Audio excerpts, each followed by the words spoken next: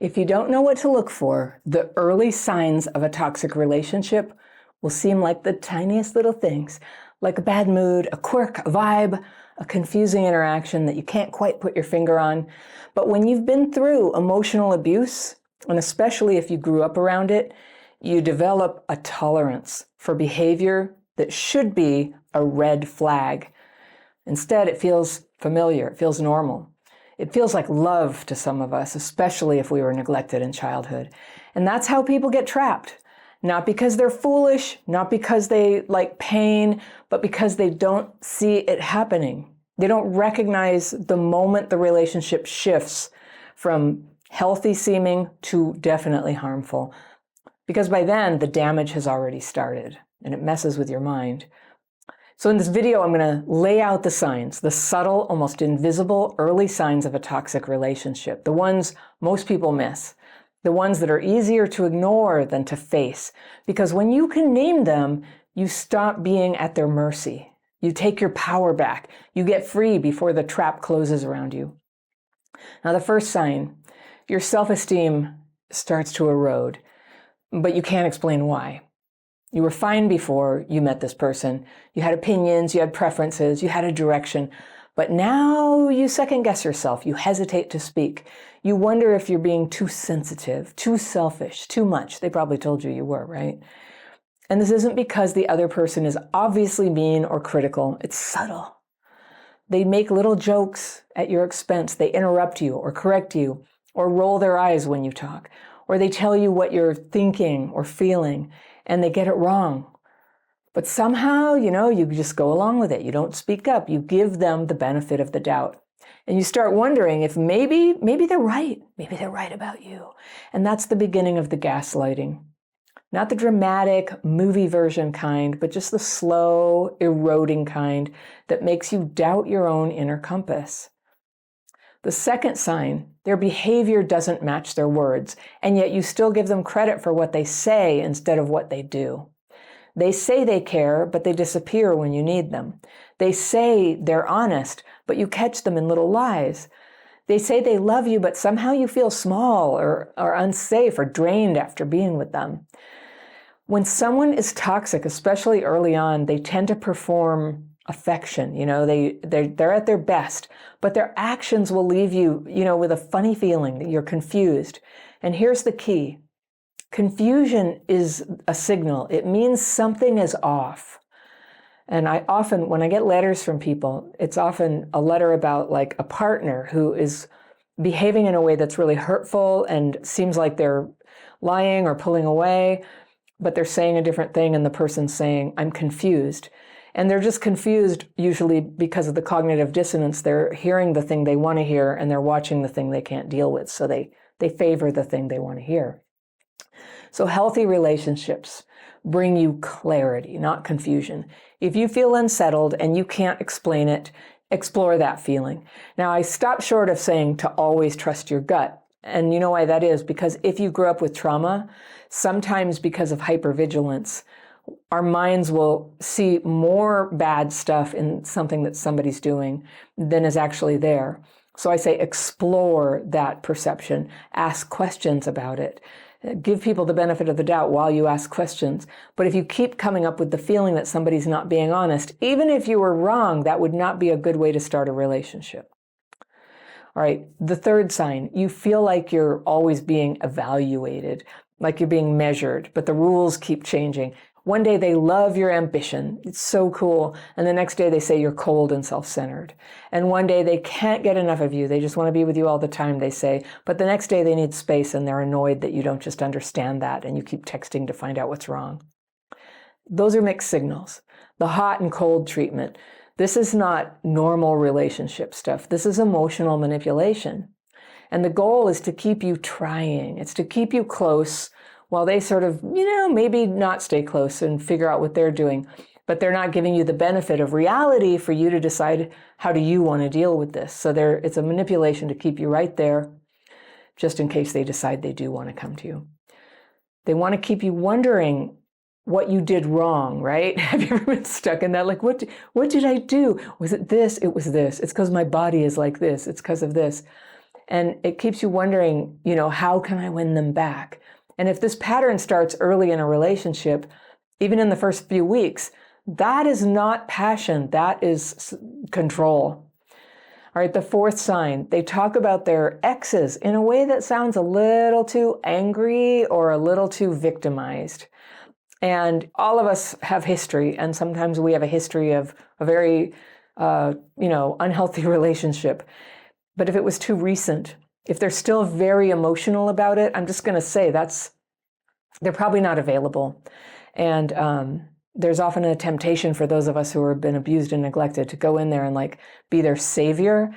Oh, your horrible ex who's calling you right now 4 times while we're trying to have dinner in a date, right? I'll save you because I'm cool girl. It'll be so great with me. This is a trouble situation. This is one where you want to back out. When people are ready for a relationship, they have cleared that up. Now, there are situations where someone has truly been hurt, and pain is valid, but listen closely. Do they take any responsibility for what went wrong? Or is every former partner crazy or manipulative or needy or abusive or narcissistic? People who haven't done any healing will often cast themselves as the innocent one in every story. But if they never show you any self-awareness, if they seem to hate every person they used to love, it's only a matter of time before you're the next person on that list. Hey, I've got a quick invite for you. I made a free daily practice course that shows you 2 simple techniques to calm the storm when you're triggered inside.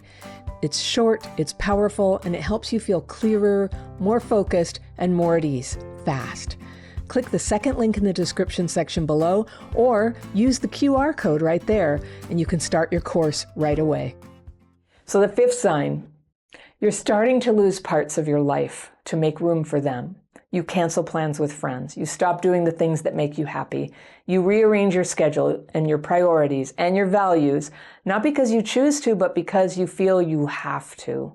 You feel obligated. You're afraid that they'll be mad or disappointed or withdrawn if you don't, match them in every way and put them first. And again, this might not be because they're demanding it out loud, but toxic relationships don't require a screaming match to take control of you. They can do the same damage through pressure and guilt and silence and insinuation and, coldness. That's manipulation too. They wear you down until you forget that you even had a life before them.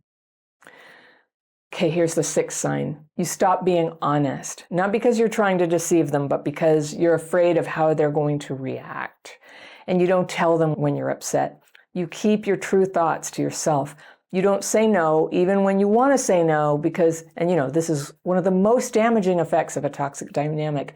It teaches you that what's real is not safe to acknowledge, and that to survive the relationship, you have to abandon your real self. I don't know about you, I've done it, and it's rough, and it's definitely left over from childhood abuse and neglect. We had to do a lot of that before. We had no choice but to make the relationship work with our parents, right? To be in their good graces, to get food, hopefully. Didn't always. But the moment you give up what's true just to keep the peace, in your adult life, you're not a child anymore. You're not stuck with people who treat you that way. So when you give up what's true just to keep the peace, you've already given away the most important part of yourself, your truth detector, the part of you that is alive in order to grow and heal and change and turn into a better and truer version of yourself and more capable. All of that depends on truth. Nobody can do that in a sea of lies. So the 7th sign is your nervous system is on edge all the time. And you feel anxious, you feel jittery, you're exhausted, even when nothing's wrong. And you might think you're just stressed or too sensitive or you're struggling with your mental health. And sometimes those are true.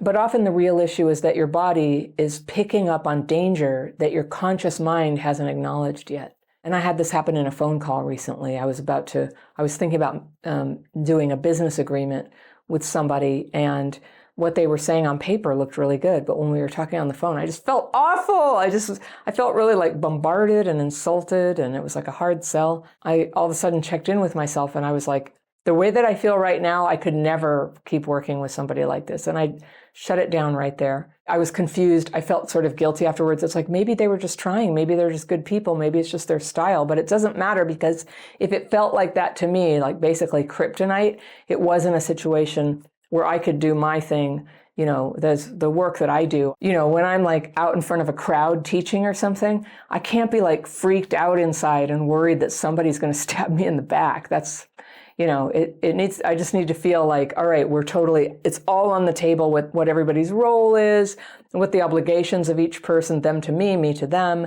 You know, I know what has to be done, and I need to feel like confident and like we're all in this together. And if you don't have that, it's going to be a recreation of your family of origin drama. And so it was a recreation. I didn't go forward. I was very proud of myself. I just stopped, and I stopped politely. I didn't need to tear him a new one or anything. But I just sort of said, yeah, this isn't going to work for me. The vibe is not right for me or my crowd. So that was that. So sometimes when you get that weird feeling, you're correctly interpreting, and sometimes you're in a state of chronic vigilance, and it's telling you that anyway. You're scanning for tone changes and, you know, people not getting back to you, and micro expressions and withdrawal. And this is not love. I mean, if a dating relationship is like that intense that you just like, you never know where you stand and it's just got your mind all consumed, that's not love. You know, maybe you're going to work it out through communication, but that confusion is not love. It's an after effect of trauma. Your body knows it before you do. Hey, it's me, and real fast, if you're watching my videos and wondering if maybe past trauma is having an effect on your life today, I want to share with you a list of signs that what you're struggling with now might be connected with neglect or abuse in your childhood.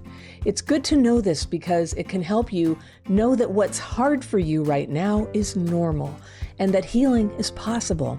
You can download my Signs of Childhood PTSD quiz by clicking the top link in the description section below or using that QR code right there. Now, here's what I want you to take away from this. You're not broken for missing the signs. You're not weak. You're not dumb. You're human.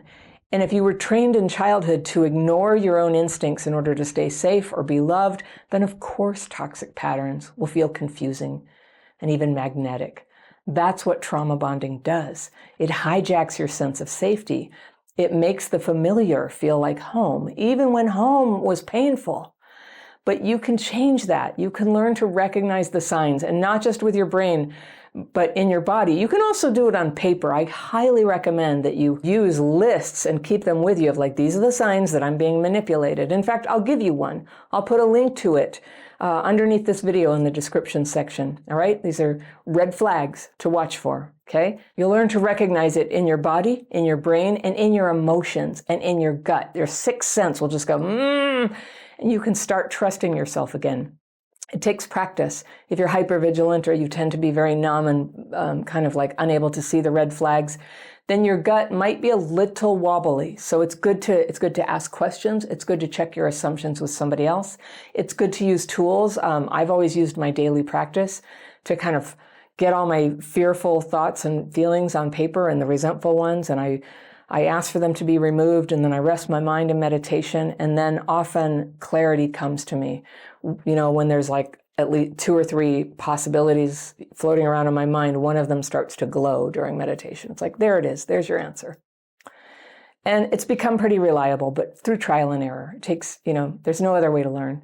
So not everyone is safe, you know, but you can be safe with yourself. You can make it your job to stop ignoring the signs that someone is not safe, because you are not here to be someone's supply or their project or their emotional punching bag or their emotional support animal. You know, you're not a caretaker and you're not an audience. You are here to be free. You are a free human and you are real, and real love is never going to require you to give that up. Hey, if you liked that video, I've got one I know you're going to love. It's right here, and I will see you over there. It's not supposed to feel like that, and if it feels like that now, it's not a good sign.